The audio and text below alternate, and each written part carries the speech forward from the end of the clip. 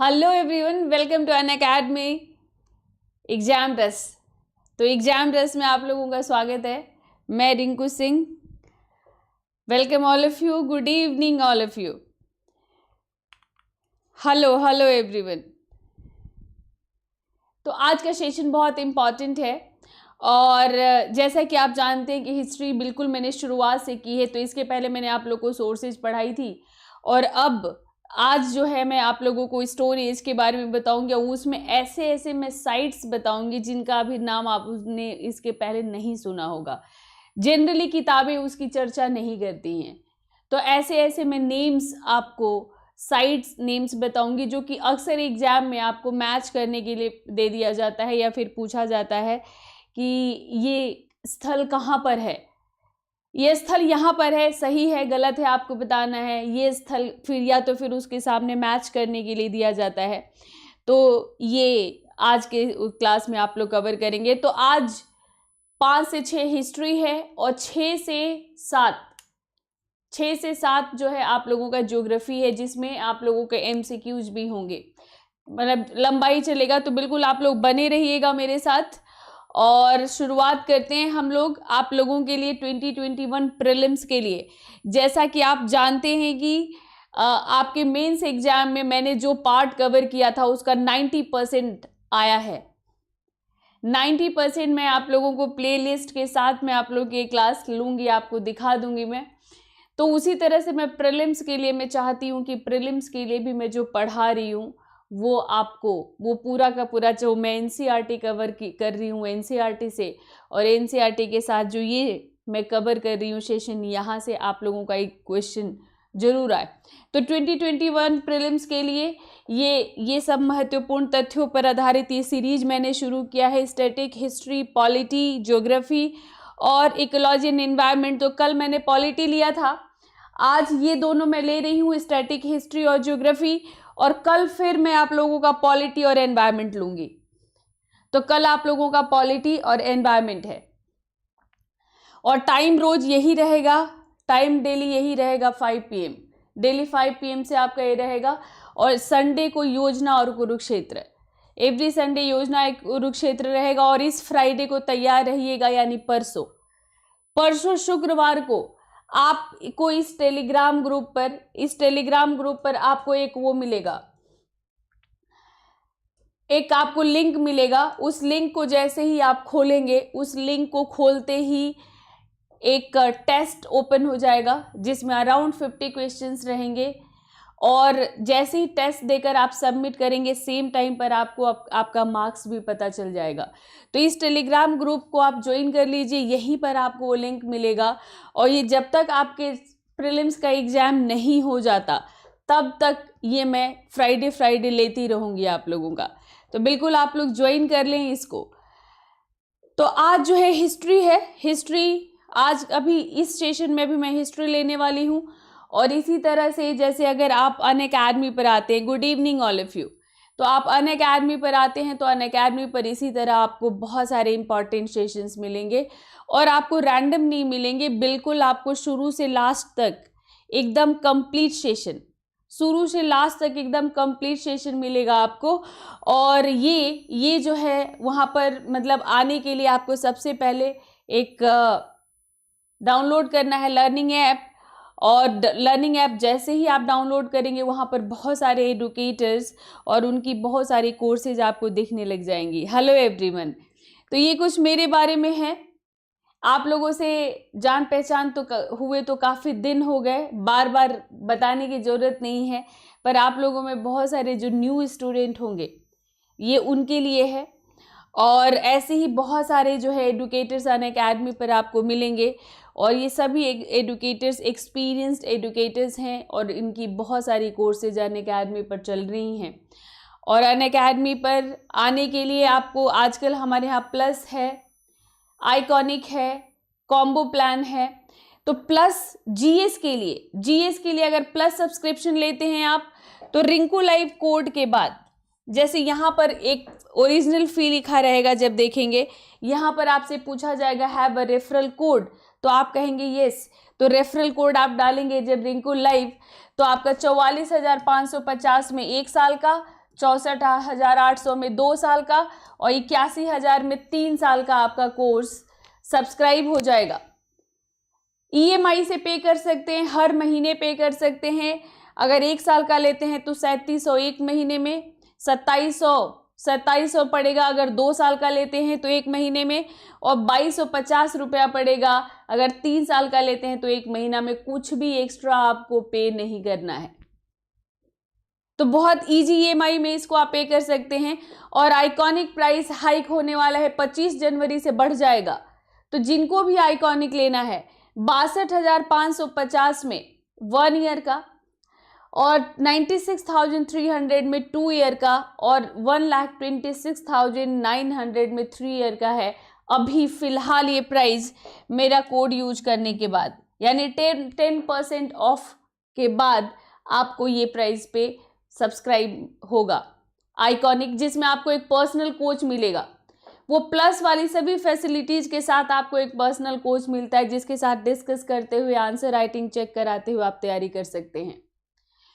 तो ये जो है आप लोगों का 25 जनवरी से बढ़ जाएगा। जिनको भी आइकॉनिक लेना है वो जल्दी से डिसीजन ले लें। और सिर्फ ऑप्शनल के लिए सब्सक्रिप्शन अगर आपको लेना है तो सबसे बेस्ट है 1 ईयर का 24,750 रुपये में। 24,750 रुपये में आपका 1 साल का सब्सक्रिप्शन हो जाएगा। तो 17 जनवरी को आप लोगों को जो कॉम्बैट सीरीज, आप लोग में से बहुत सारे लोग होंगे जिन्होंने इसके पहले भी इस कॉम्बैट को दिया होगा। तो ये जो एवरी संडे हुआ करता है, एवरी संडे नहीं होता, ऑल्टरनेट संडे पर होता है। तो 17 जनवरी को है और ये टाइम होगा 11 बजे। कुल 45 मिनट में 60 क्वेश्चंस होंगे, 45 मिनट 60 क्वेश्चंस, 6 सेक्शंस, पूरे जीएस के 6 सेक्शन से इसमें ये 60 क्वेश्चंस होंगे। और इसमें रिलेटिव स्कोरिंग आपका जो, अगर आप आते हैं 1 से 3 रैंक लेकर आते हैं आप, तो ये आप लोगों को मिलेगा 3 मंथ्स का अनअकैडमी का सब्सक्रिप्शन फ्री। 3 मंथ्स का अनअकैडमी का सब्सक्रिप्शन मिलेगा अगर 1 से 3 रैंक लेकर आते हैं। और 4 से 150 के बीच अगर आपका रैंक आता है तो आपको 1,000 रुपये का अमेजॉन का गिफ्ट वाउचर मिलेगा। तो पढ़ाई फ्री मिल रहा है, टेस्ट देने को फ्री मिल रहा है और साथ में प्राइजेस भी मिल रहे हैं। आपको और क्या चाहिए। 2021-22-23 के लिए 18 जनवरी से बैचेस शुरू हो रही हैं। जैसा कि आप देख पा रहे हैं कि बैचेस लगातार बैचेस आपके लिए स्टार्ट की जा रही हैं। अभी 18 जनवरी हो गया, 18 जनवरी से बैच शुरू हो रहा है आप लोग का 21-22-23 के लिए। और ये आपका 6 महीने का बाइलिंगुअल, ये हिंदी और ये इंग्लिश मीडियम का।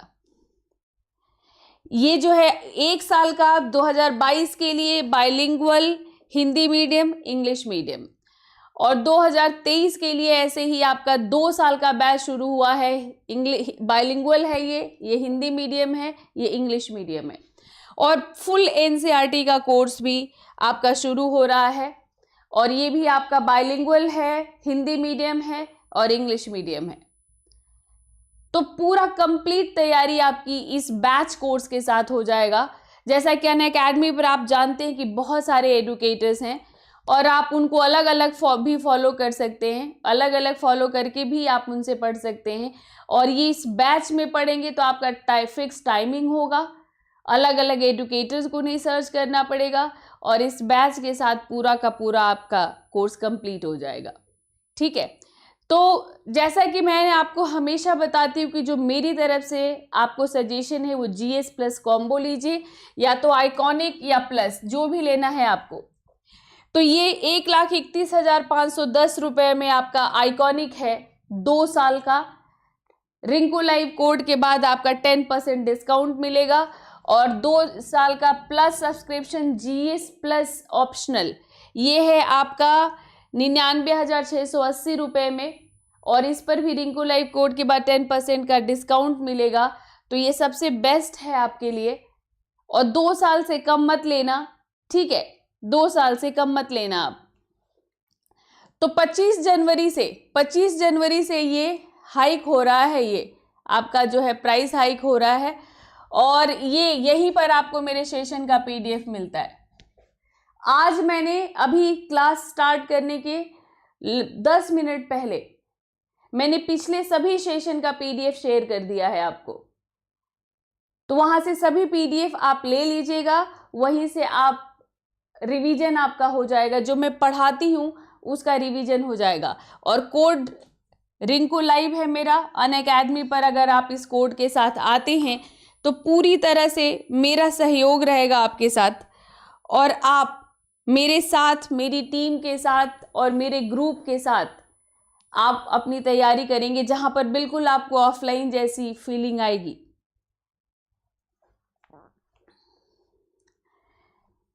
ठीक है, तो हिस्ट्री में मैं आप लोग को स्टार्ट से हिस्ट्री पढ़ाने जा रही हूँ, स्टार्ट से पढ़ाने जा रही हूँ। तो जैसे हमारे यहाँ पर क्या है कि भाई धरती पर, धरती है तो धरती पर इतिहास है, धरती है तो धरती पर इतिहास है। तो ये जो धरती हमारी है, जो 4 अरब 50 करोड़ यानी 4.6, कोई कहता है 4.5, पर 4 अरब 50 करोड़ वर्ष पुरानी ये धरती मानी जाती है। तो इस धरती को जैसे भूगर्भ शास्त्रियों ने इसको जो है, इस धरती के इतिहास को 4 युगों में बांटा है।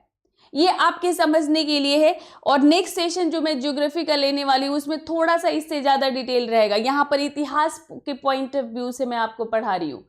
तो इतिहास के पॉइंट ऑफ व्यू से अगर हम लोग देखते हैं तो जो धरती जो हमारी 4.56, कोई 4.5 कहता है, कोई 4.6 कहता है, वैसे 4 अरब 50 करोड़ वर्ष पुरानी ये मानी जाती है।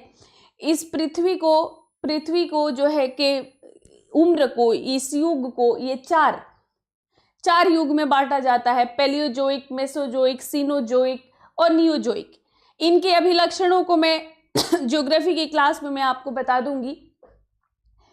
तो इसी में जो है, मतलब जो अंतिम भूवैज्ञानिक युग है सीनोजोइक, ठीक है। नियोजोइक उसके बाद, मतलब मानव की उत्पत्ति सीनोजोइक से मानी जाती है। तो सीनोजोइक है उसी में हम लोग रह रहे हैं, उसी का एक, उसके बाद का ये पार्ट है ये नियोजोइक, ठीक है। तो सीनोजोइक में हम लोग रह रहे हैं, ये सबसे छोटा है, और ये संपूर्ण भूवैज्ञानिक काल के 50वें हिस्से से भी छोटा है, जिसमें हम लोग, मतलब आप ये समझ लो कि धरती की आधा से ज्यादा उम्र, ठीक है, ऐसे ही निकल गई है, मतलब ऐसी निकल गई बस। यहाँ पर चट्टानों के निर्माण में, महासागरों के निर्माण में पहले जो है, मतलब एक कोशिकीय जानवर आए, फिर रेप्टाइल्स आए। पहले समुद्र, जब से पहले जीवों की उत्पत्ति समुद्र में हुई, फिर रेप्टाइल्स आए, फिर रेप्टाइल्स के बाद धीरे धीरे रेप्टाइल्स और उभयचरों के बाद फिर मानव की उत्पत्ति सीनोजोइक युग में होती है।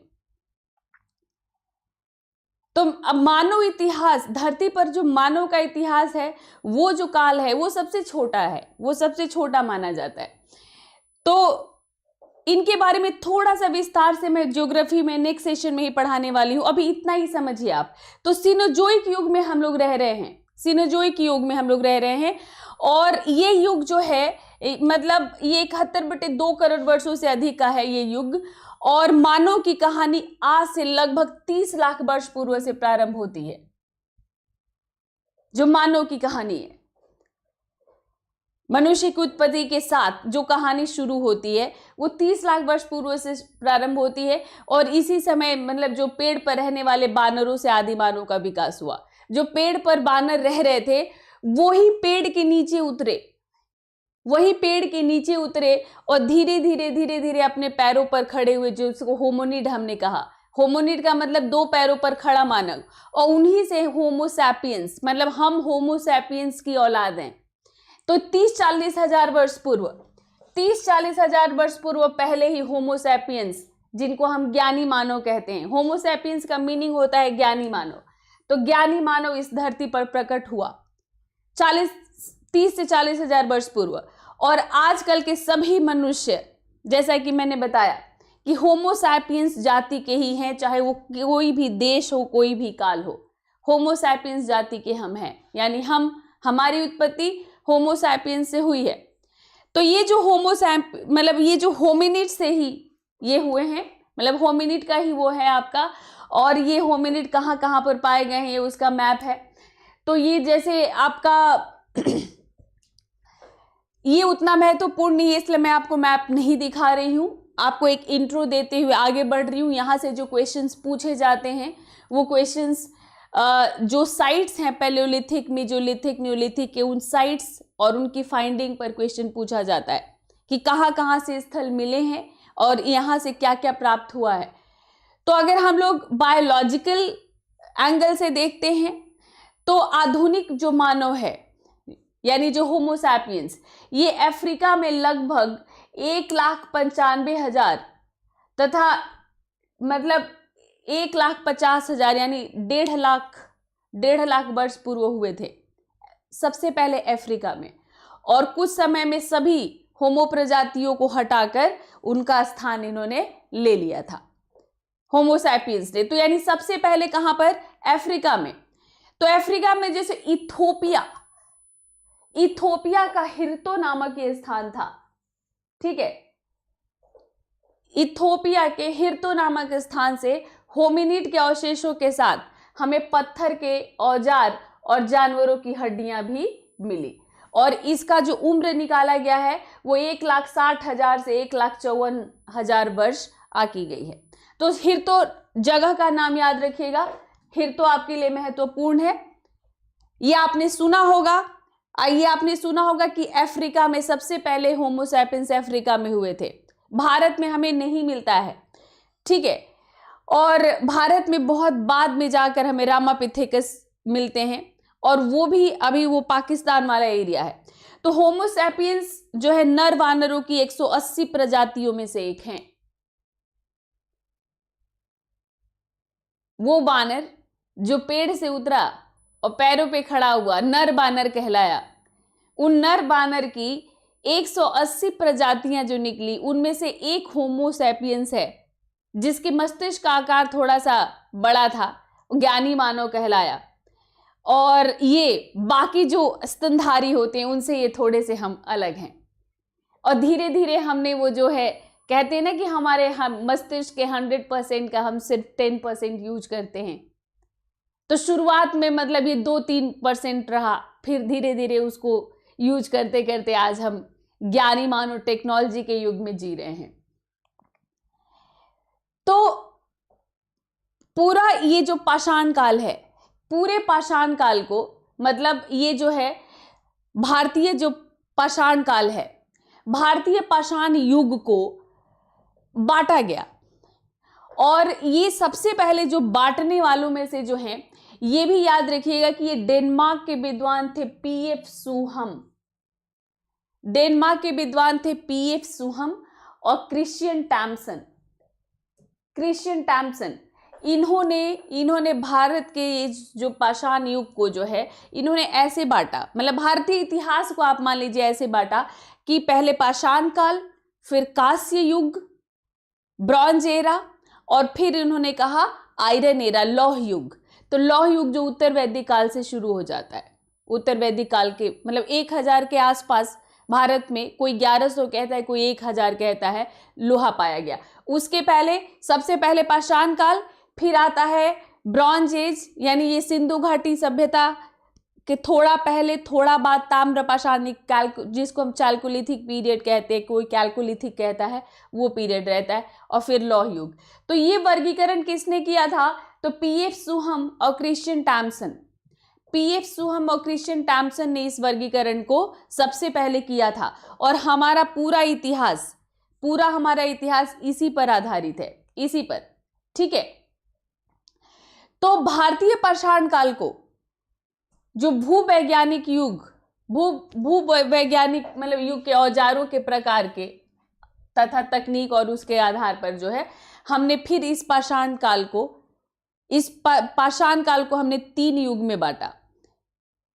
तो इस पूरे पाषाण काल को 3 युग में बांटा, तो पूरा पाषाण काल, मध्य पाषाण काल और नवपाषाण काल।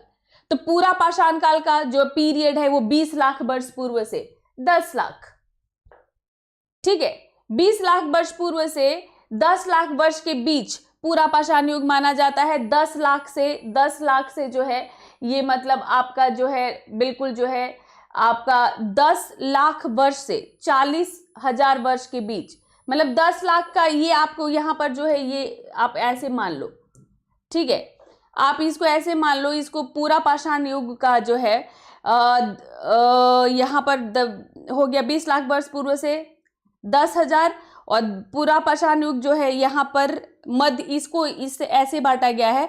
इस पूरा पाषाण युग को सबसे पहले ऐसे समझो, पूरा पाषाण युग 20 लाख वर्ष पूर्व से कोई 12,000 कहता है, कोई 10,000 कहता है, ठीक है, और फिर 12,000 से 10,000 आपका मध्य पाषाण काल, और 10,000 से लेकर के और ये लगभग मतलब 4800 के आसपास ये नवपाषाण काल माना जाता है, क्योंकि नवपाषाण काल के लोग कृषि वृषि करना सब सीख गए थे, केवल कांस्य से बनाना नहीं जानते थे, और उसके बाद वाले युग को ही बांट दिया जाता है। जब वो लोग तांबे के बारे में जान गए थे और कांसा बनाना जान गए थे तो वो कांस्य युग हो जाता है, तो लगभग वही ये नवपाषाण युग माना जाता है। अब ये जो पूरा पाषाण काल है जो 20 लाख वर्ष पूर्व से तकरीबन 10 लाख वर्ष पूर्व माना जाता है, इसको फिर से बांट दिया जाता है।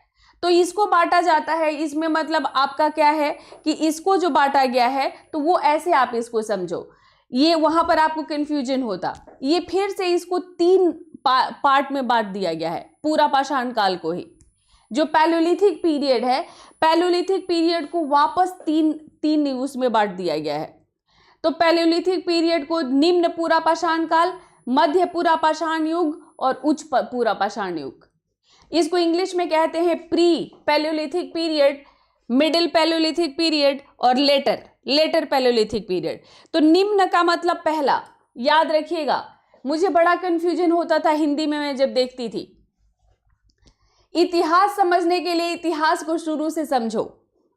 आपको ऐसा लग रहा होगा ना कि मैं ये क्यों बता रही हूं, ये वाला जो है ये आइडिया आपको हमेशा इतिहास को समझने में मदद करता है। और यहाँ से नेट वेट का एग्जाम दे रहे होंगे, पीसीएस वगैरह तो क्वेश्चन पूछा जाता है। यूपीएससी जहाँ से पूछता है वो अभी मैं आपको बता दूंगी। यूपीएससी के पॉइंट ऑफ व्यू से ही मैंने इसको बनाया है, जिसमें साइट्स पूछे जाते हैं और यहाँ कौन सी साइट कहाँ पर है और क्या फाइंडिंग है। लेकिन सीधा साइट रटोगे तो याद नहीं होगा। तो पहले कितना इंटरेस्टिंग है, आप यहाँ से तो सीखो कि इतिहास आपका शुरू कैसे होता है। आप यहाँ से इसको देखो कि आपका इतिहास शुरू कैसे होता है। तो आपका इतिहास कैसे शुरू होता है, जो पृथ्वी जो कि 4 अरब 50 करोड़ वर्ष पुरानी है, उसको 3-4 युग में बांटा गया, और जो मतलब अंतिम युग है उसमें मानव की उत्पत्ति होती है। 3 युग ऐसे निकल गया, मतलब 50वां हिस्सा भी ये नहीं बचा है, सबसे छोटा है ये, उसमें मानव की उत्पत्ति होती है। और वो भी मानव कैसा मानव, वही जो सिर्फ खाद्य संग्राहक था, किसी भी तरह अपनी जीविका चलाता था। अगर हम लोग अपनी तरक्की की बात करें तो इसको आप मुश्किल से आप इसको ले लोगे 5,000, कृषि वृषि सबकी लेकर के अगर हम लोग बात करते हैं तो 5,000 साल से ज्यादा नहीं हुए एक सभ्य जीवन जीते हुए। तो ये समझना होगा आपको ऐसे इतिहास को, कि इतिहास ऐसे शुरू होता है। अब ये जो इतिहास जो पाषाण काल से मानव जो पैरों पे खड़ा हो रहा है, शिकार भी कर रहा है, खा रहा है, पी रहा है, समूह में जीवन जी रहा है, तो वहां से हमने इतिहास की शुरुआत कर दी। और वो इतिहास जो पाषाण काल जो 3 भाग में बांटा, उसमें आपने देखा कि जो पूरा पाषाण काल सबसे लंबा है। तो जो पूरा पाषाण काल जो सबसे लंबा है उसको वापस 3 पार्ट में बांटा जाता है, क्योंकि वो 20 लाख वर्ष पूर्व से 10,000 तक है। एनसीईआरटी आपकी 6 के एनसीईआरटी उसको 12,000 कह देती है, क्योंकि 12,000 के आसपास जलवायु बदलता है, क्लाइमेट चेंज होता है और थोड़ी सी गर्मी बढ़ती है। गर्मी बढ़ती है तो घास के मैदान उगते हैं, तो फिर कैटल्स वैसे ही पशुओं की उत्पत्ति होती है, पशुपालन शुरू हो जाता है। तो आपकी क्लास 6 के एनसीईआरटी 12,000 कहते हो, तो आप 12,000 मान लो। तो यानी 20 लाख वर्ष पूर्व से 12,000 तक आपका पैलोलिथिक है। तो सबसे लंबा है ये, क्योंकि 12,000 से 10,000 मेसोलिथिक माना जाता है, और 10,000 के बाद से जो है आपका ये नवपाषाण काल, जब तक मतलब कांस्य युग शुरू नहीं हुआ, नवपाषाण युग चला। तो वही 4700-4800। तो अगर जैसे इसको हम लोग पूरा आप देखो तो सबसे लंबा पूरा पाषाण काल है ना, सबसे लंबा पैलोलिथिक पीरियड है। और अगर सबसे लंबा पैलोलिथिक पीरियड है तो उसको अध्ययन की दृष्टि से और कुछ औजार भी बदलते हैं, सिर्फ अध्ययन की दृष्टि से नहीं, लक्षण भी बदलते हैं। तो 3 पीरियड में बांटा जाता है। तो वही मैं आपको बता रही थी कि निम्न का मतलब सबसे लास्ट मत समझना, उच्च का मतलब सबसे पहला। मुझे बहुत कंफ्यूजन होता था यहाँ से। इंग्लिश में तो मतलब इजी है कि प्री पैलोलिथिक, मिडिल और लेटर, लेकिन हिंदी में जो सबसे पहला है उसको निम्न कहते हैं, बीच वाला तो मध्य समझ जाओगे, पर लास्ट वाले को उच्च पूरा पाषाण युग कहते हैं, सबसे लेटर पैलोलिथिक पीरियड को। तो ये जो 3 भाग में बांटा गया है, तो इसको जो है ये प्लेस्टोसिन काल कहते हैं, इसको प्लेस्टोसिन पीरियड।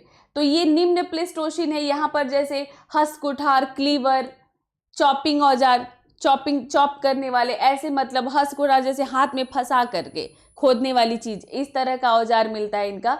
और फिर जो मध्य पूरा पाषाण युग है उसमें कुछ फ्लैग टाइप के औजार मिलते हैं, और उच्च पूरा पाषाण में जो है ब्लेड जैसे, ठीक है, ब्लेड की तरह। तो यहाँ पर केवल आखेट, और मतलब ये पूरे पीरियड में ये आखेट करते हैं, यानी ये फूड गैदरर हैं और हंटर्स हैं, ठीक है, मतलब आखेटक हैं, हंटर्स हैं और खाना जुटाते हैं, ये फूड गैदरर्स हैं, खाद्य संग्राहक हैं इस पूरे पीरियड में। और उन्होंने कुछ नहीं किया, उनका एक ही काम था कि किसी भी तरह भोजन की व्यवस्था करो, खाओ, अपने जीवन की सुरक्षा करो। गुफाओं में रहते थे, सिर्फ इसी तरह से ये रहते थे।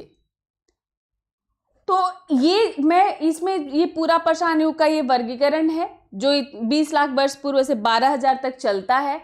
और इसमें आप सबसे पहले हम लोग बात करते हैं फर्स्ट फेज की, निम्न पूरा पाषाण काल की।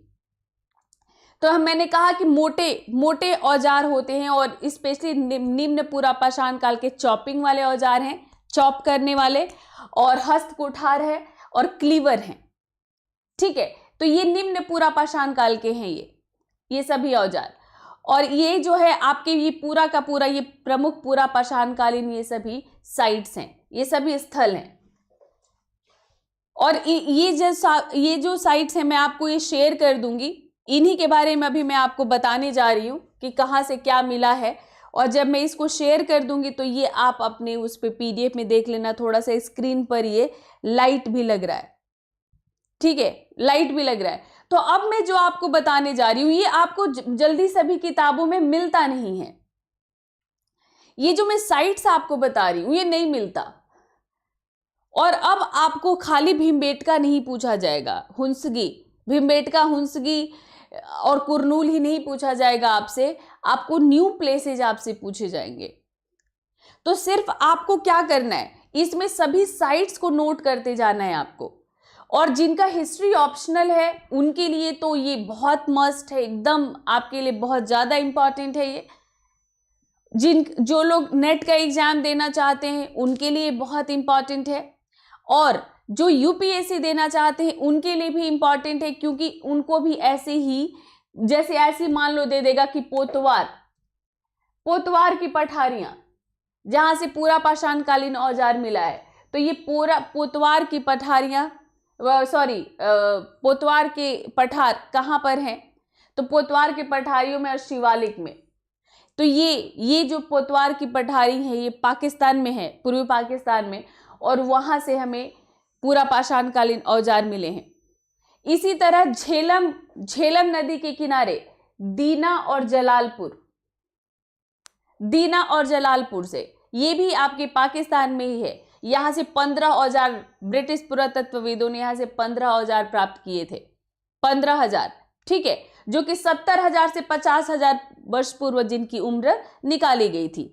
इसी तरह शिवालिक के पिंजौर क्षेत्र से 24 से 20 लाख वर्ष पूर्व के औजार यहाँ पे गुरहा साहन, तो ये एक स्थल है आपका गुरहा साहन जो कि शिवालिक के पिंजौर क्षेत्र में है, यहाँ से हमें प्राप्त हुआ है, ठीक है, हमें यहां से मिला है ये गुरहा साहन।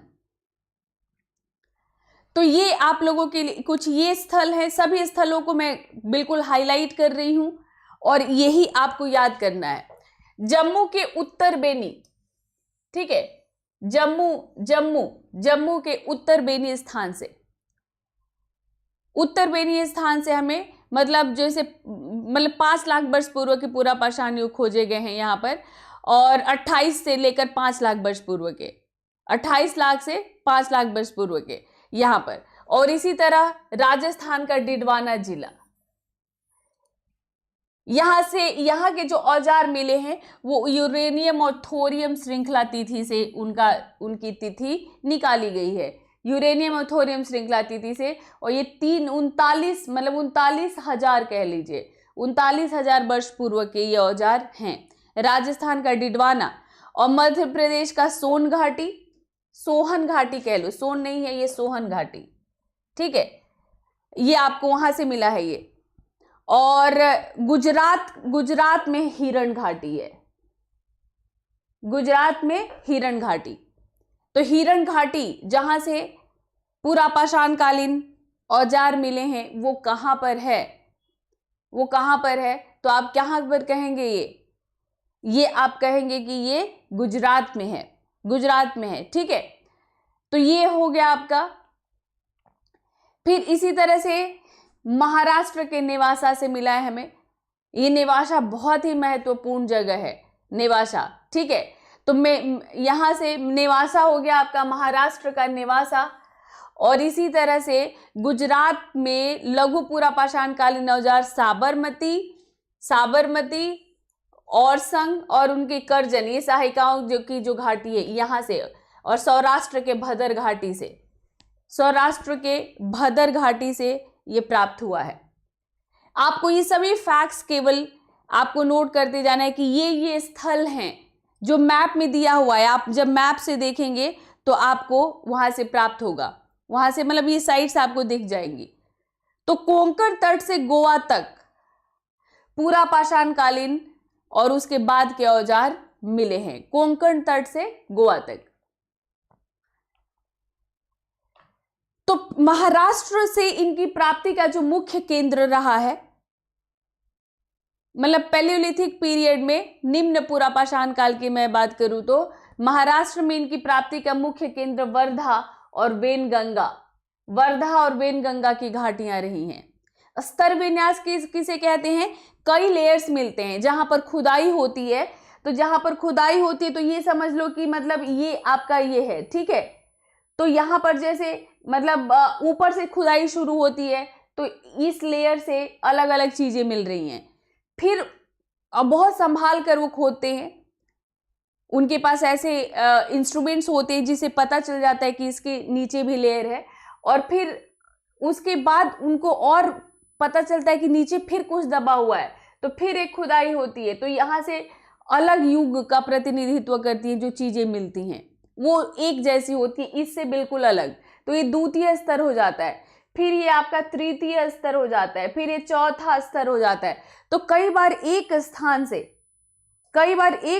से समझ लो कि बहुत सारी चीजें जो है एक स्थान से हमें कई युग की चीजें प्राप्त होती हैं। तो उसी को हम स्तर विन्यास कहते हैं। और इनका जो अध्ययन होता है तो मूलमुथा, गोदावरी, प्रवर और तापी घाटियों में इनका किया गया है। तो जो मूथा नदी है, मूथा नदी के दत्तावाड़ी क्षेत्र से निचले भी यानी निम्न पूरा पाषाणकालीन भी और मध्य पूरा पाषाणकालीन भी औजार प्राप्त हुए हैं। तो यानी पैलियोलिथिक में मध्य पूरा पाषाणकालीन और निम्न पूरा पाषाणकालीन, निम्न पहले और मध्य पाषाणकालीन बाद में, यहां से औजार हमें प्राप्त हुए हैं, ठीक है। तो ये बिल्कुल देखो, अगर आप मेरे साथ साथ ये सारा करते रहे तो आपका कुछ भी नहीं छूटेगा। लेकिन अगर आप सेशंस को सीरियस नहीं लोगे तो फिर आप ये मत कहना कि ये नहीं कराया गया। तो जैसा कि आप लोगों की उपस्थिति से मैं देख रही हूं कि शुरू में आप लोगों को जब कोई नया सेशन शुरू होता है तो बहुत क्रेज रहता है, और उसके बाद धीरे धीरे आप लोगों की भीड़ छटने लग जाती है। स्पेशली यूट्यूब पर मैंने देखा है, प्लस पे ऐसा नहीं होता।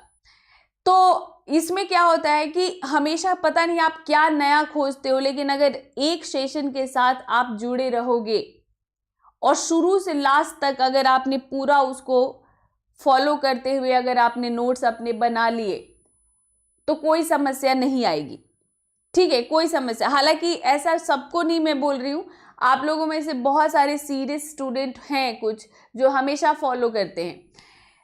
तो नासिक में गोदावरी क्षेत्र के गंगावाड़ी क्षेत्र में, ठीक है, नासिक के गोदावरी के गंगावाड़ी क्षेत्र से पूरा पाषाण कालीन मिले हैं, और होशंगाबाद के निकट आदमगढ़, ठीक है, आदमगढ़ जलाशय में अभी भी ये सब दिखता है हमें। इसी तरह से भीमबेटका से जो अधिकांश औजार प्राप्त होते हैं हमें, भीमबेटका वाले क्वार्टजाइट के बने हुए हैं। भीमबेटका से प्राप्त अधिकांश औजार किससे बने हुए हैं? क्वार्टजाइट से। उत्तर प्रदेश में बेलन नदी घाटी है। बेलन नदी, सबसे पहले बेलन नदी घाटी कहाँ है?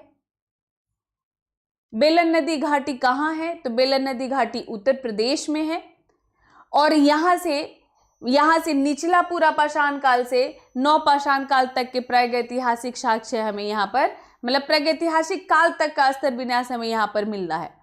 ये बेलन नदी घाटी मिर्जापुर के पास, ठीक है, मिर्जापुर के आसपास ये बेलन नदी घाटी है, और ये बहुत महत्वपूर्ण है। यहाँ पर इसामपुर पत्थर का औजार बनाने का एक केंद्र था। इसामपुर पत्थर का औजार बनाने का एक केंद्र था, याद रखिएगा, और ये 7200 वर्ग मीटर में फैला हुआ है। और यहाँ से जानकारियां हमें चीजें कैसे निकलने लगी, कैसे जानकारी हमें मिली? तो 1983 में सिंचाई परियोजना चल रही थी, और जब नहर खोदने लग गए सब, तो फिर यहाँ की जानकारी हमें मिलती है। तो यहाँ से हमें सिलिका युक्त चूना पत्थर के जो है औजार मिलते हैं। ये मतलब यहाँ से चूना पत्थर के लिए ये जाना जाता है, ये ठीक है, ये एरिया आज भी चूना पत्थर के लिए जाना जाता है।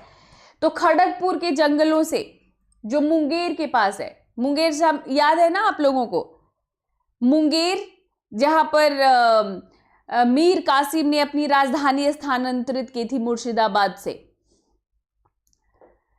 तो वो मुंगेर जो कि बिहार में है, वहां पर खड़गपुर के जंगल है, वहां पर पैसरा स्थान है, ठीक है, खड़गपुर के जंगलों के पास पैसरा स्थान है। वहां से भी हमें जो है मतलब कुल 8 खंभों के लिए किए गए छेद मौजूद हैं।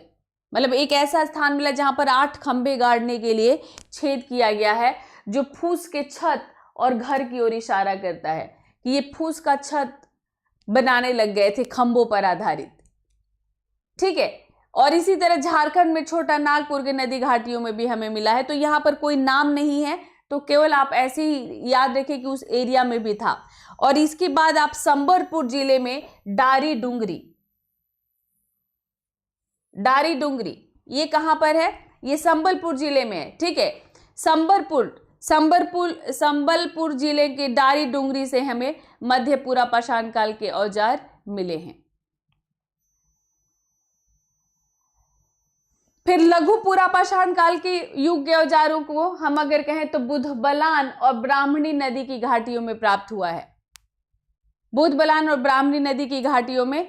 और इसमें जो है निम्न पूरा पाषाण कालीन जो औजार है वो हुंसगी, बैसबल एवं कृष्णा घाटियों में, ठीक है। तो ये जो हुंसगी आपके एनसीईआरटी में भी दिया हुआ है, और एनसीईआरटी के साथ साथ मैंने एक्स्ट्रा फैक्ट्स भी यहां पर जुटाए हैं आप लोगों के लिए। तो ये जो हुंसगी है, हुंसगी से हमें चूना पत्थर के औजार ज्यादा मिले हैं। तो ये हुंसगी कर्नाटक, ठीक है। और यहाँ पर और कृष्णा घाटी में भी, यहाँ से मतलब कृष्णा घाटी में से भी हमें प्राप्त हुआ है।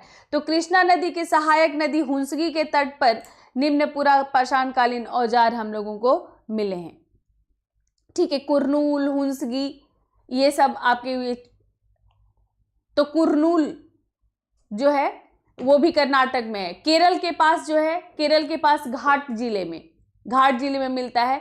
और चेन्नई के पास गुडियम गुफा,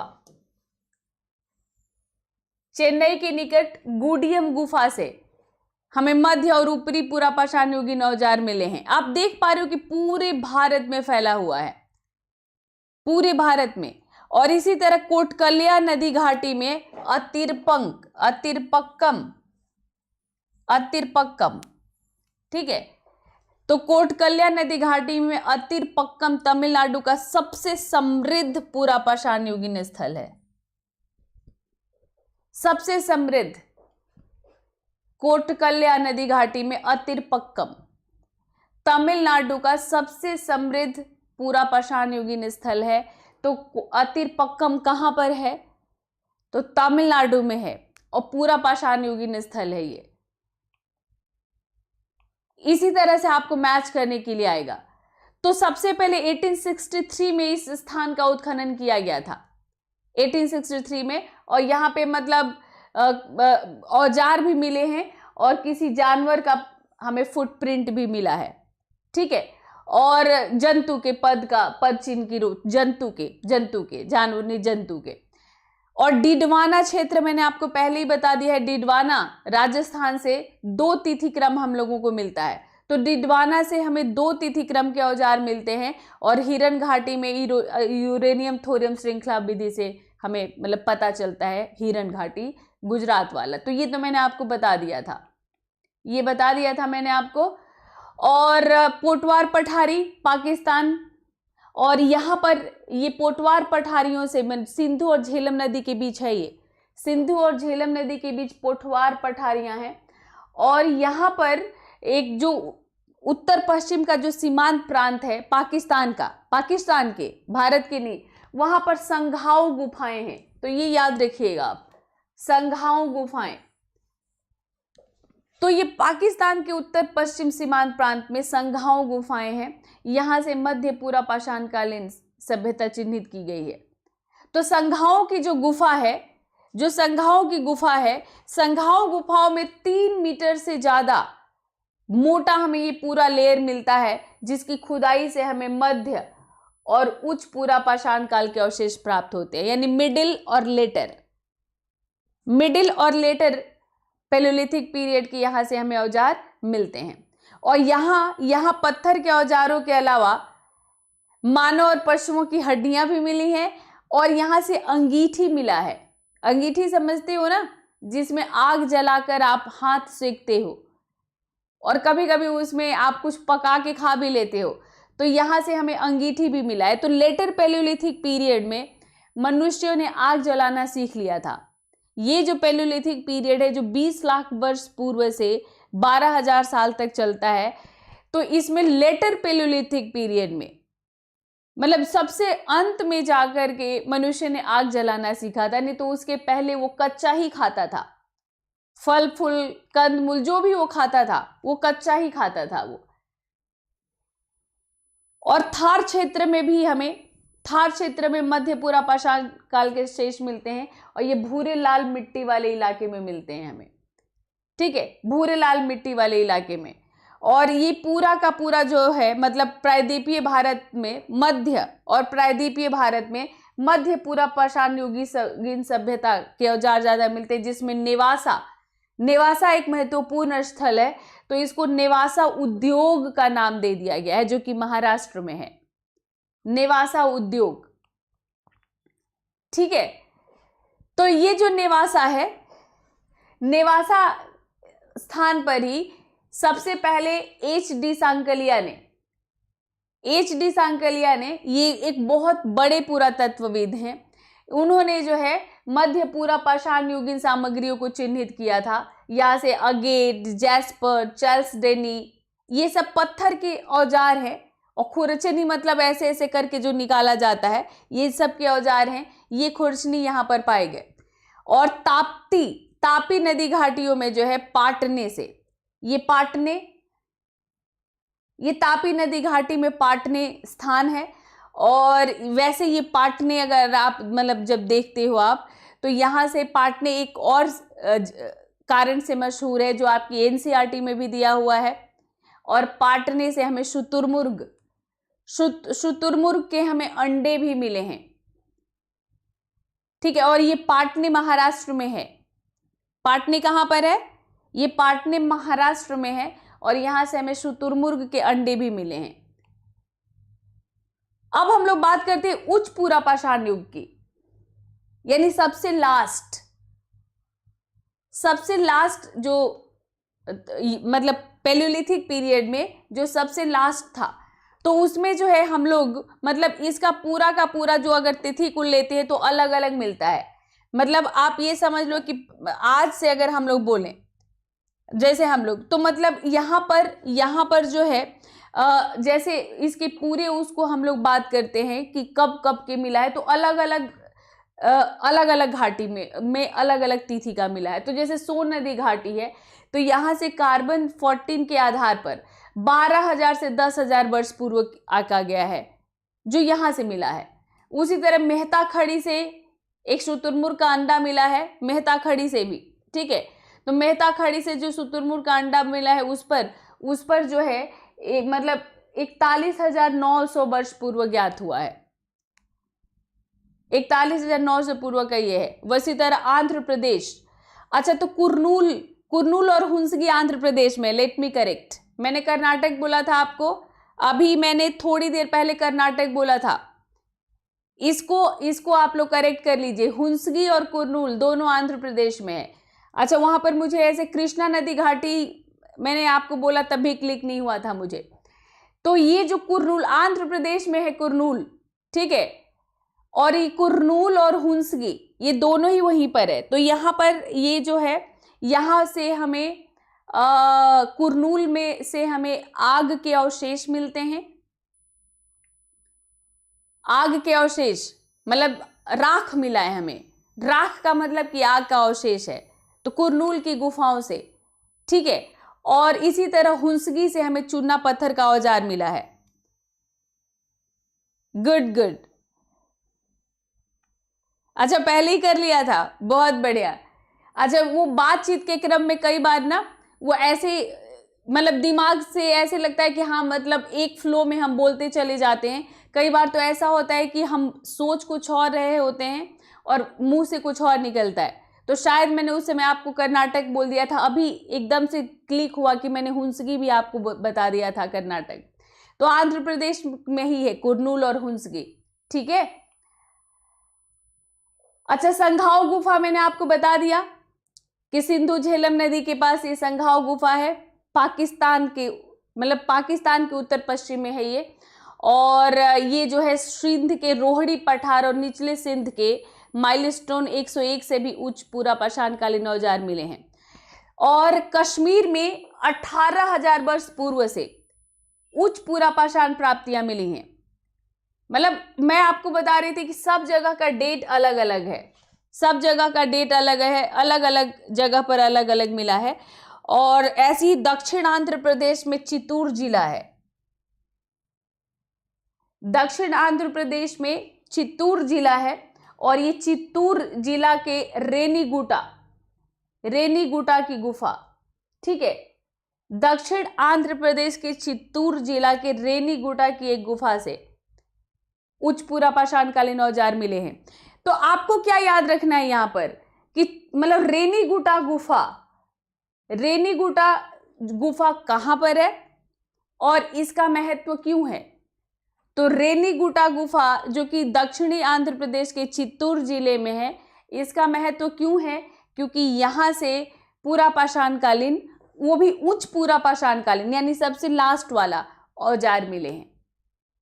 तो इसके लिए मैं ये आप लोगों को बता रही हूं ये पूरा। अब हम लोग बात करते हैं पूरा पाषाणकालीन कला पे।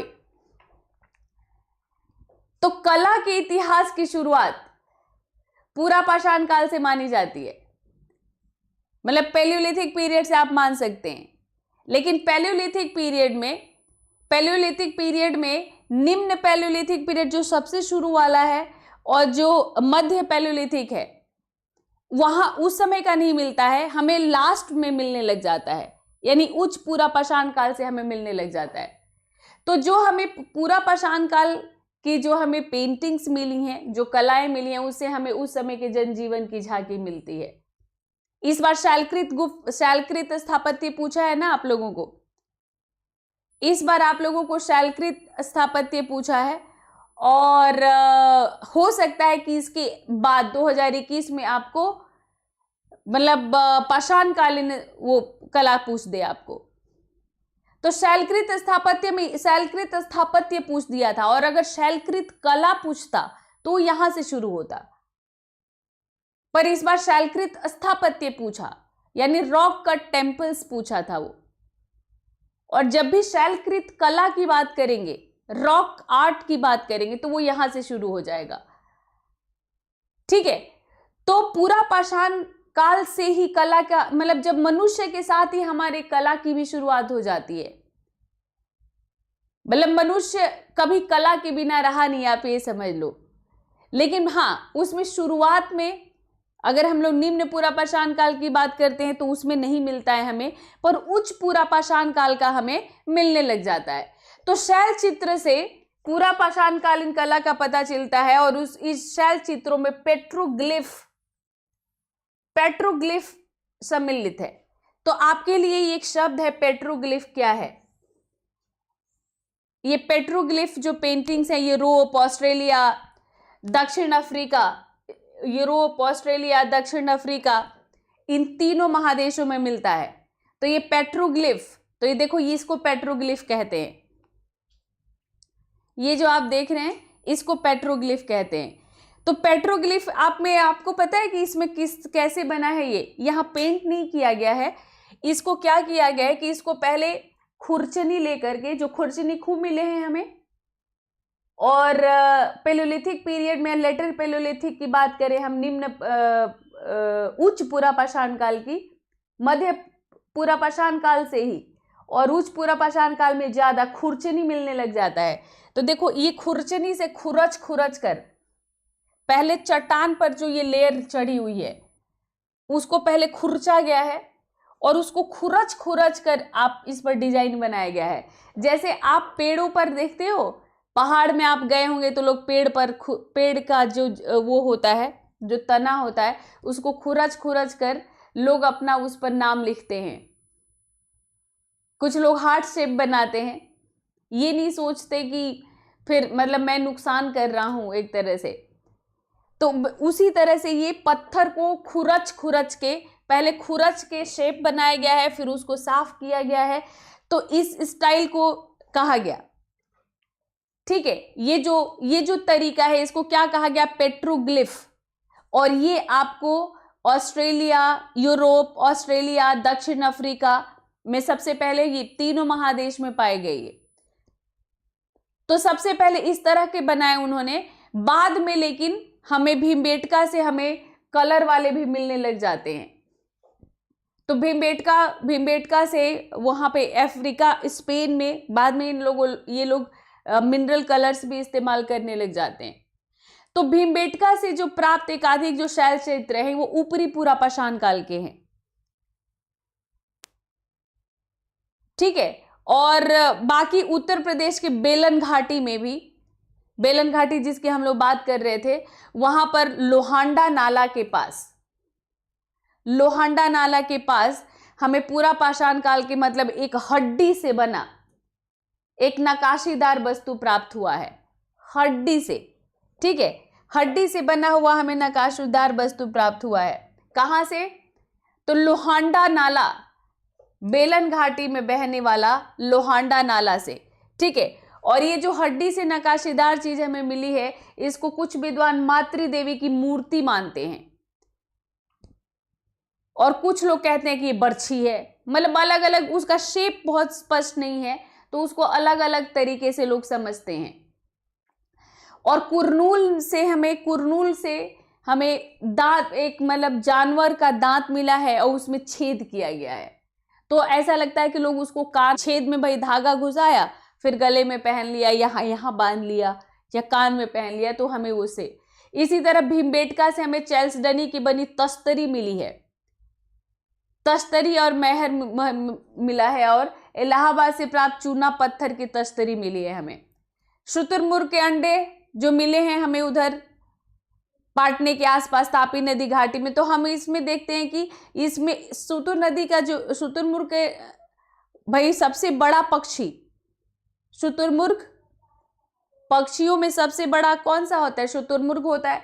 तो शुतुरमुर्ग का जो अंडा भी बड़ा होता होगा ना, तो उसके अंडे का जो खोल है, जो अंडा तो देखा होगा ना आप लोगों ने, तो अंडे का जो खोल है, मतलब अंडे के भीतर को खाली करके जो ऊपर का कवर है, तो उस पर खोल से बना हुआ हमें मनका मिला है। ठीक है, ये पाटने से भी मिला है और भीमबेटका के सेल मतलब जो शेल्टर्स हैं वहां से भी हमें मिला है। तो ये मतलब यहाँ से चैल्सडनी की बनी तश्तरी, मुहर, फिर यहाँ मतलब शुतुरमुर्ग के अंडे से बना हुआ, तो ये सब आर्ट था इनका। और कर्मकांड संबंधित, कला संबंधित तो मिला है, कर्मकांड भी ये लोग करते थे। कर्मकांड समझ रहे हो ना, यज्ञ, हवन, इस तरह का। तो भीमबेटका का गुफा संख्या 24 से, ठीक है, गुफा संख्या 24 से हमें एक ऑडिटोरियम केव मिला है जिसको हम सभा कक्ष गुफा नाम दिया गया है।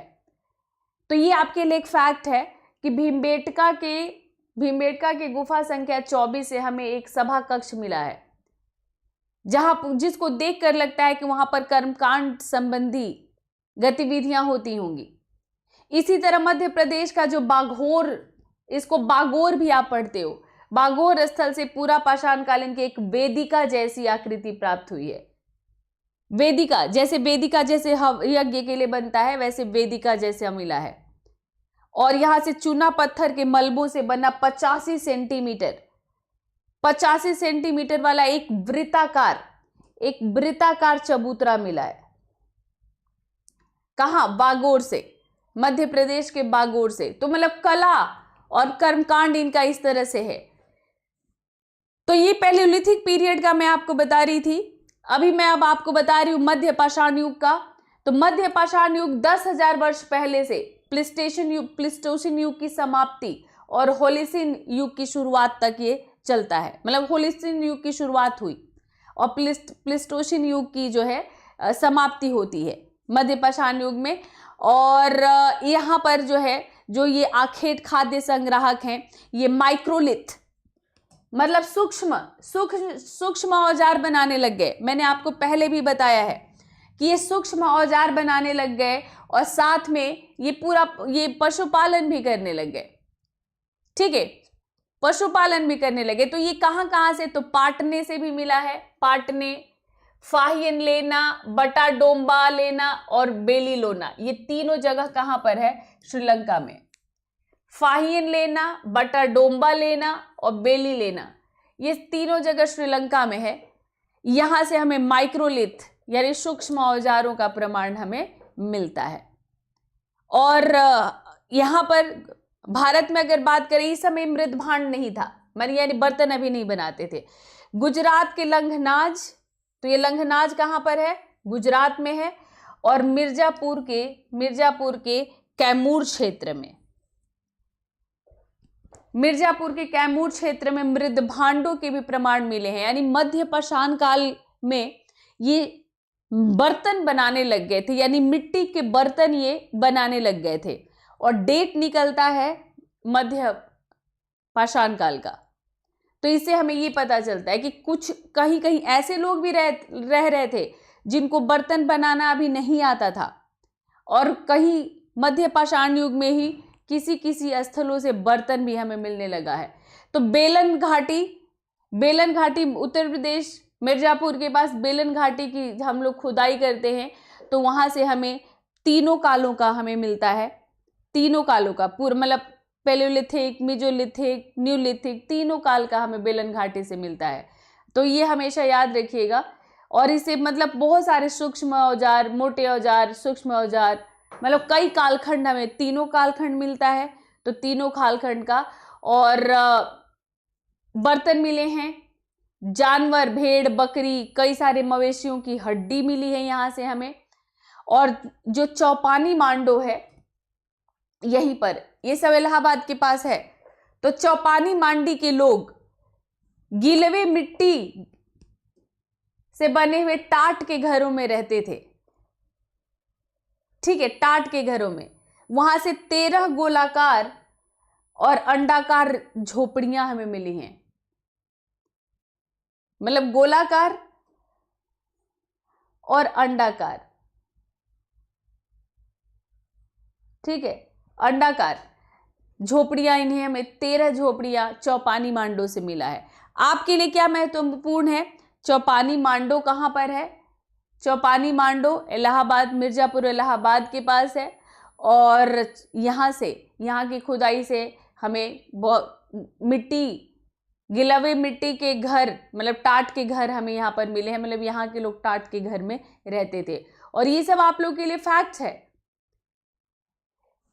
यहाँ के मध्य पाषाण काल के अंतिम चरण में, जैसे आप कहते हो ना कि नवपाषाण युग में खेती की शुरुआत हुई, पर मध्य पाषाण युग के अंतिम चरण में जंगली चावल के प्रमाण हमें मिलने लग गए हैं।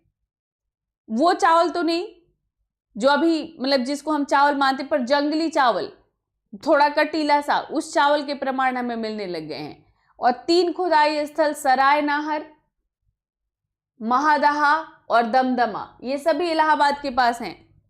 सराय नाहर, महादहा और दमदमा, आपको पूछा जाएगा ये स्थल कहां पर है? उत्तर प्रदेश में इलाहाबाद के पास सराय नाहर, महादहा और दमदमा, ये एक दूसरे के पास स्थित है। ये सब मैंने आप लोगों को मैप से बताया था, मैप के द्वारा मैंने आप लोगों को बताया था ये। तो यहां से मतलब ज्यामितीय डिजाइन वाले और छोटे छोटे औजार मिले हैं। जंगली बकरा, गैंडा, हिरण, मछली, कछुए, इनकी हड्डियों के अवशेष मिले हैं हमें यहां से। तो महदहा की खुदाई से 60 सेंटीमीटर मतलब मोटा एक मतलब आवासीय निक्षेप मिला है, जिसमें निवास स्थान और बुचड़ खाना अलग अलग बने हुए थे। जानवरों का मांस खाते थे लोग, पर जो उनका घर है, उनके घर और बुचड़ खाने में दूरी मिली है। बुचड़ खाना अलग था जहां पर जानवरों को मारा जाता था, ठीक है, वो अलग था। तो मतलब इसी तरह से जो है दमदमा में जो है साई नदी की खुदाई में, दमदमा भी वहीं पर है इलाहाबाद के पास। यहाँ पर 15 मीटर मोटे यहाँ पर आवासीय क्षेत्र मिला है। यहाँ से हड्डी के समान सिलबट्टा, ठीक है, हथौड़ा, ये सब यहाँ से प्राप्त हुआ है। तो ये बुचड़ खाना भी प्राप्त हुआ है, याद रखिएगा। अंगीठी मिला है, जिसमें आग सेकते हैं या कुछ पकाते हैं। आग से पके हुए फर्श, जले हुए जंगली अनाज, पशुओं की हड्डियां, और इसके साथ साथ 41 मानव कब्र और 4 कब्र ऐसे मिले हैं जहां पर 1 से अधिक कंकाल मिले हैं, ठीक है। 41 मानव कब्रों के साथ 4 ऐसे कब्र मिले हैं जहां से 1 से अधिक कंकाल मिले हैं, और एक कब्र में हाथी दांत का लॉकेट भी अन्य सामग्रियों के साथ पाया गया है। तो ये मतलब उस समय के लोगों का जीवन था। और यहाँ पर मृदभांड जब बनाने लगे थे तब का भी, और मृदभांड पूर्व, यानी जब अभी बर्तन बनाना नहीं जानते थे, मतलब सभी चरण प्राप्त हुए हैं यहाँ से। और दमदमा की बात कर रहे हैं हम लोग, और यहाँ लंबवत दफनाए गए कब्र भी मिले हैं, लंबवत, ठीक है, दफनाए हुए कब्र। और यहाँ पर एक निकटवर्ती गुफा है, उसका नाम है आश्रयणी बधाई खोर, मतलब गुफा का नाम है बधाई खोर, ठीक है। आश्रयणी इसको इसलिए कहते हैं कि वहां पर आश्रय लोग लेते थे। बधाई खोर, ये मध्य पाषाण खंड चिन्हित किए गए हैं यहाँ से। तो बधाई खोर भी वहीं पर है, उत्तर प्रदेश में ही, तो इसको याद रखिएगा आप लोग। और दामोदर नदी घाटी की बात करते हैं तो वहां पर बर्दवान जिला के बिलभानपुर यहां से मिला है। बागोर सबसे पुराना मध्य पाषाण युगीन स्थल है, बागोर मध्य प्रदेश में है, याद रखिएगा। और मध्य पाषाण युगीन जब भी आपसे स्थल पूछा जाता है तो सबसे पहले आप बागोर का नाम लेंगे, सबसे पहले बागोर का। और आप मैप में देखेंगे तो आपको पूरा पाषाण कालीन और नवपाषाण कालीन साइट्स तो खूब मिलेंगी, लेकिन मध्य पाषाण कालीन साइट्स नहीं मिलती हैं आपको।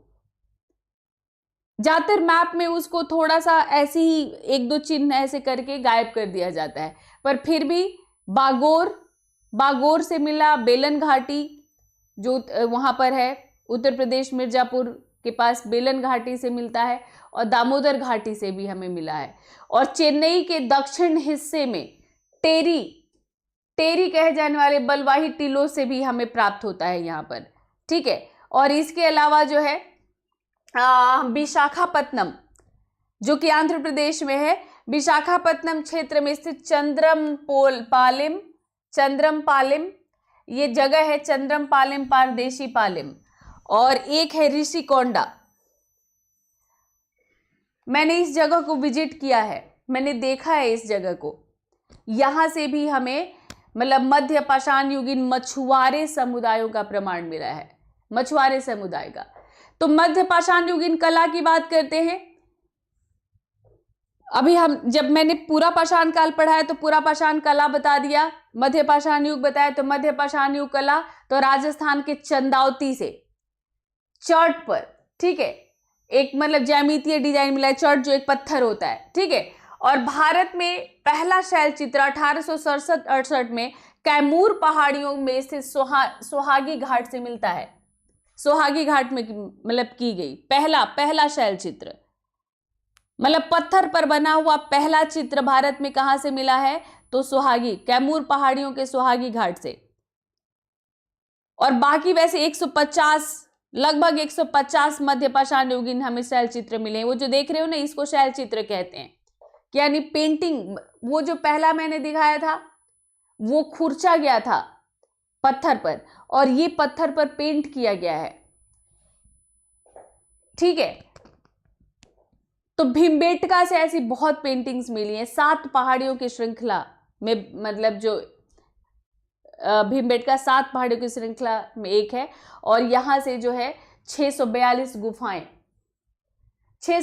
गुफाएं मिली हैं, जिसमें 400 में शैल चित्र है। इसके पहले भी भीमबेटका मैंने बताया, आपके एनसीईआरटी में भी है। तो यहां पर जो है भीमबेटका, फिर मध्य पाषाण में जो है मध्य प्रदेश के खरवार, जओरा, कथेटिया और लखजोयार, इन सब स्थानों से भी मिला है। तो भीमबेटका के शैल चित्रों का अध्ययन सबसे पहले किसने किया था, तो वीएस वाकंकर ने किया था। वीएस वाकंकर के अलावा यशोधर मठपाल ने 1974 में और अरविंद न्यूमेयर ने 1983 में किया था।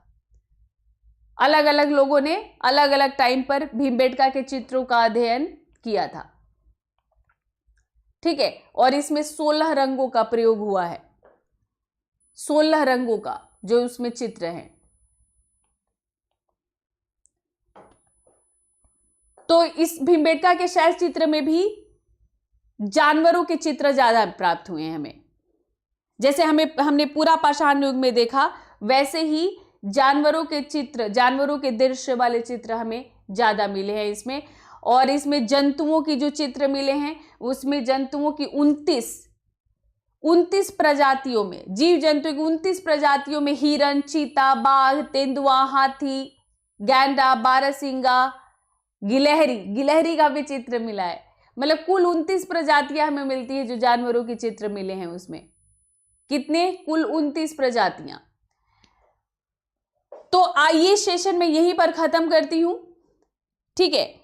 ये सेशन मैं यहीं पर खत्म करती हूं। इसके ठीक बाद ये दूसरा सेशन ज्योग्राफी का मैं शुरू करने वाली हूं, जिसमें हम लोग भारत की भूगर्भिक संरचना पर बात करेंगे और सभी धारवाड़ की पहाड़, अरावली रेंज कब बना, धारवाड़, कुडप्पा, अरावली, विंध्यन, धारवाड़, कुडप्पा, ये सभी मतलब आपके इन सभी पहाड़ियों की कब कब मतलब बने ये भूगर्भिक संरचना। भाई ये तो भूगर्भिक संरचना है ना, कब नदियां, पहाड़, मैदान, ठीक है।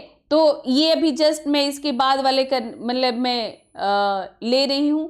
तो अभी बस यहीं पर बने रहिए, जस्ट मुझे स्लाइड चेंज करना है और चेंज करूंगी, क्लास स्टार्ट करूंगी।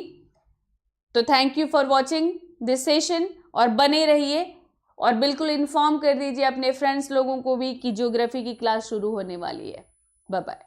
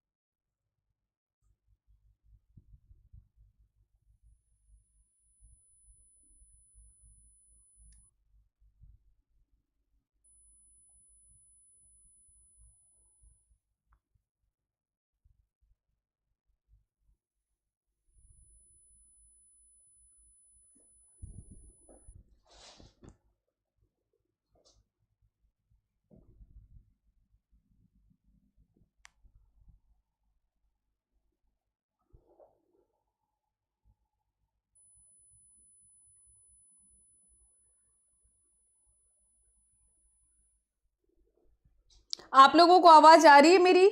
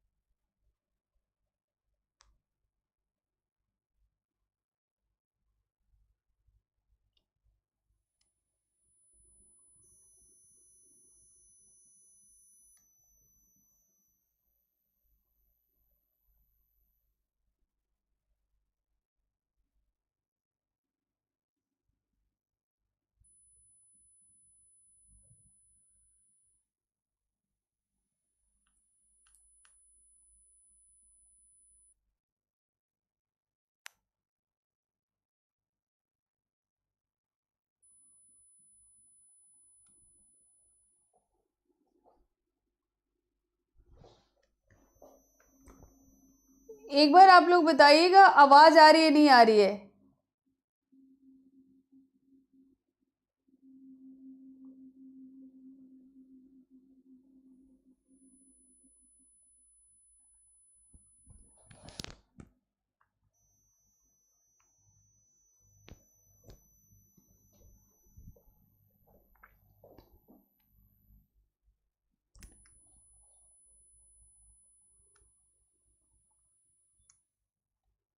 Hello, good evening. अरे मैं अभी लाइव हूँ, वो शायद वहाँ पर कुछ टेक्निकल प्रॉब्लम आ रही है, आ नहीं रहा है।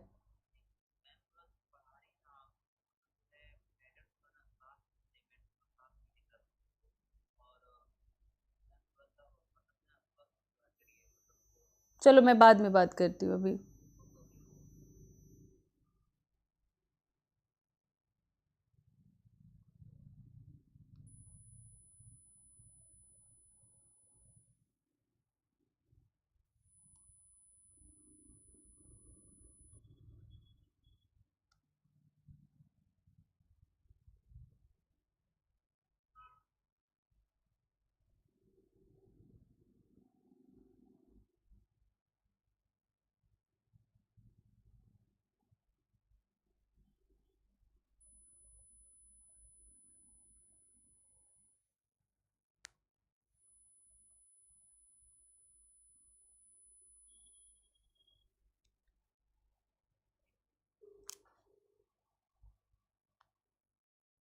हेलो आदर्श, आपने जो कल 6 बजे वाला जो दिया है कि उस पे मैं लाइव नहीं हो पा रही हूँ। मैं 2 बार उसको डाल के देख लिया मैंने।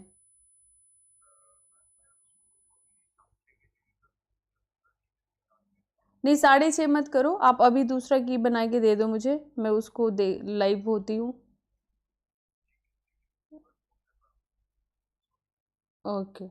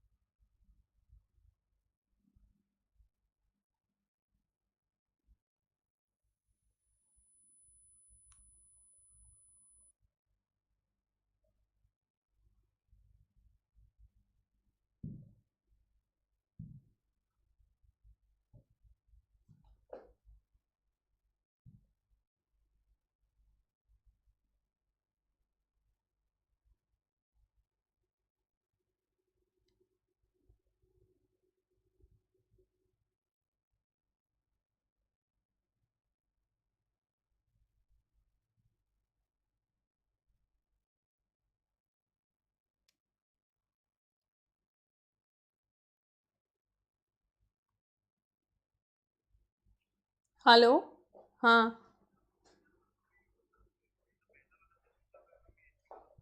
हाँ हाँ बिल्कुल।